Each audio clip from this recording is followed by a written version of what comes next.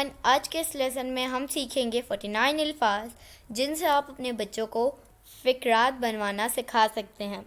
तो दोस्तों, अगर आपका ख्वाब है कि आपका बच्चा फ्लुएंटली एंड कॉन्फिडेंटली इंग्लिश बोल सके तो हमारे चैनल इब्राहिम टीवी इंग्लिश को कर लीजिए सब्सक्राइब और बेल नोटिफिकेशन के बटन को भी प्रेस कीजिए ताकि आप हमारी कोई भी वीडियो मिस ना कर सकें।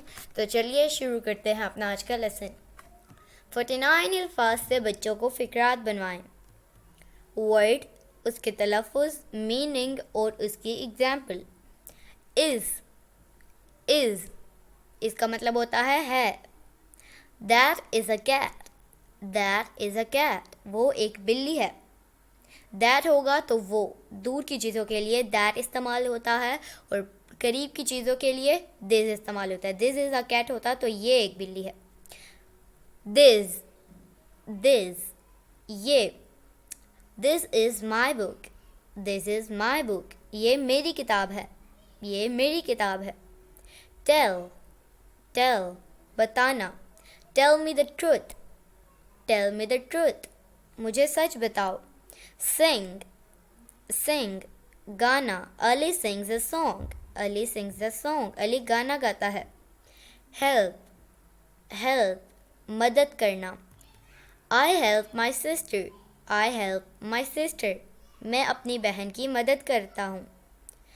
दा या दी भी पढ़ सकते हैं हम इसे। दी कोई ख़ास चीज़। The cat is mine, बिल्ली मेरी है। Another दूसरी। Take another book,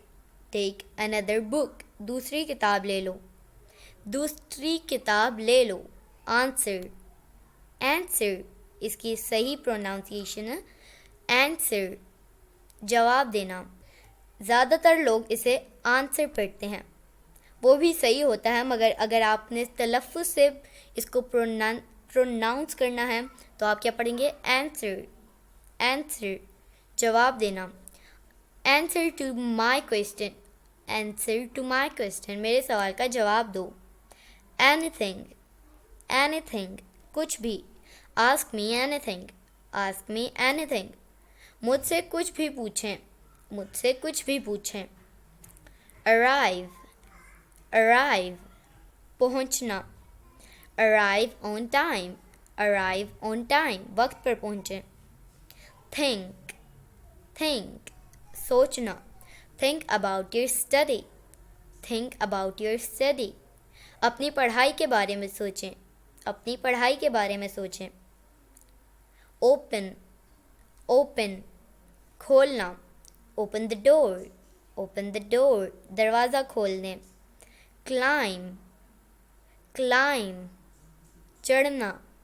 इसको क्लाइम नहीं पढ़ेंगे क्योंकि इसमें जो बी है ये साइलेंट है, इसे आप पढ़ेंगे क्लाइम, चढ़ना। He climbed the wall, वो दीवार पर चढ़ गया। तो दोस्तों, ये था आज का हमारा लेसन। उम्मीद है आपको ये वीडियो पसंद आई होगी। आपसे मिलेंगे अगली नेक्स्ट वीडियो के साथ, तब तक के लिए अल्लाह हाफिज़।